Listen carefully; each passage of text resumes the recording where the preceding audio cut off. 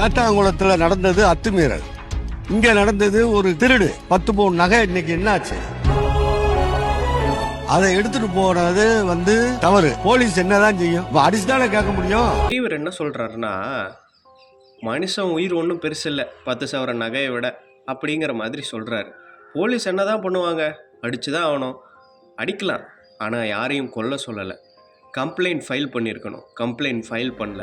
Police ஸ்டேஷனுக்கு கூட்டிகிட்டு போயிருந்துருக்கணும், police ஸ்டேஷனுக்கு கூட்டிகிட்டு போகல. லீகலாக பண்ண வேண்டிய எந்த இதுவுமே போலீஸ் பண்ணலை. ஆனால் அது தப்பு இல்லை. இவன் 10 சவர நகை எடுத்தானா எடுக்கலையாங்கிறத உங்கள் கண்ணுக்கு தெரியுது சொல்கிற இவர், நாளைக்கு இவர் வீட்டில் ஒருத்தர் மேலே இப்படி கேஸ் போட்டு கூட்டிகிட்டு போய் அடித்து கொண்டுட்டாங்கன்னு வச்சுக்கோங்களேன்.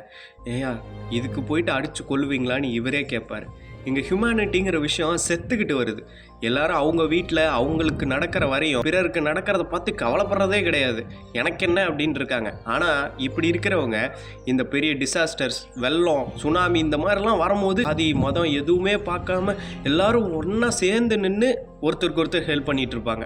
அப்போ மட்டும் ஹியூமனிட்டி இங்கே பீக்கில் இருக்கும். டிசாஸ்டர்லாம் முடிஞ்சு எல்லாம் அவங்க வீட்டில் அமைதியாக செட்டில் ஆகிட்டாங்கன்னா, நாளைக்கு ஒருத்தர் ரோட்டில் ஆக்சிடென்ட் ஆகி கிடந்தானா அவனுக்காக ஆம்புலன்ஸுக்கு 1 நிமிஷம் கால் பண்ண கூட அவங்களுக்கு டைம் இருக்காது.